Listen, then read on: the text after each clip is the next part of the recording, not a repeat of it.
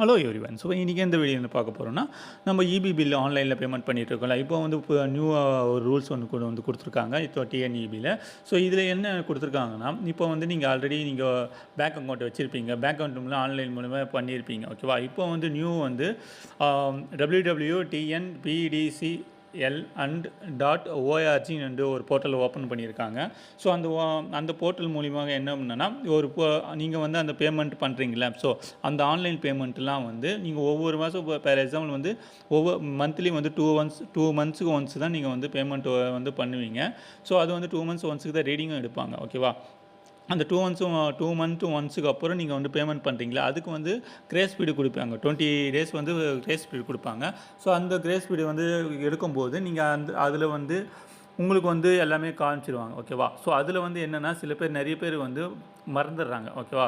So அந்த பேமெண்ட்டை வந்து மறந்துடுறாங்க. ஸோ அதனால் வந்து என்ன பண்ணுறாங்கன்னா, இபியில் வந்து ஒர்க் லோடு ஜாஸ்தியாக இருக்குது. ஸோ அதனால் வந்து என்னென்னா, இபியில் வந்து பவர் வந்து ஃபைல் பண்ணிடுறாங்க. அதுக்கப்புறமா நீங்கள் வந்து பேமெண்ட் நீங்கள் பண்ணிங்கன்னா தான் உங்களுக்கு வந்து லைன் வந்து கொடுக்குற மாரி இந்த ஒரு இன்ஸ்ட்ரக்ஷன் வந்திருக்கு. பட் இப்போ என்னென்னா, இதில் என்னென்னா, இப்போது வந்து புதுசாக ஒரு ஸ்கீம் வந்து எடுத்திருக்காங்க. ஸோ இதில் என்னென்னா, இப்போ டிஎன்இபி வெப்சைட்டில் வந்து கொடுத்துருக்காங்களா, இந்த வெப்சைட்டில் வந்து என்னென்னா, ஃபார் எக்ஸாம்பிள் நீங்கள் 2 மந்த்ஸுக்கு ஒன்ஸ் பேமெண்ட் பண்ணுறீங்களா, இப்போ வந்து ஆட்டோ பேன்ற ஒரு சிஸ்டத்தை வந்து எடுத்துகிட்டு வந்திருக்காங்க. அதே வந்து www.dnbdcl.org அந்த வெப்சைட்டில் போனீங்கன்னா உங்களுக்கு வந்து நீங்கள் வந்து அதில் கேட்கும். ஸோ அதில் வந்து நீங்கள் பேங்க் அக்கௌண்ட் நம்பர்லாம் வந்து கொடுத்துருக்கணும், ஓகேவா? நீங்கள் வந்து இபியோடைய அக்கௌண்ட் நம்பர் வச்சுருப்பீங்கல்ல, சர்வீஸ் நம்பர் சொல்லுவோம். ஸோ அந்த சர்வீஸ் நம்பரை வந்து கொடுத்துட்டு, மொபைல் நம்பர் வந்து ரிஜிஸ்டர் மொபைல், நீங்கள் இபியில் என்ன நம்பர் கொடுத்துருக்கீங்களோ அந்த மொபைலுக்கு வந்து ரிஜிஸ்டர் மொபைல் வந்து நீங்கள் வந்து என்ட்ரி பண்ணி ரிஜிஸ்டர் பண்ணணும்.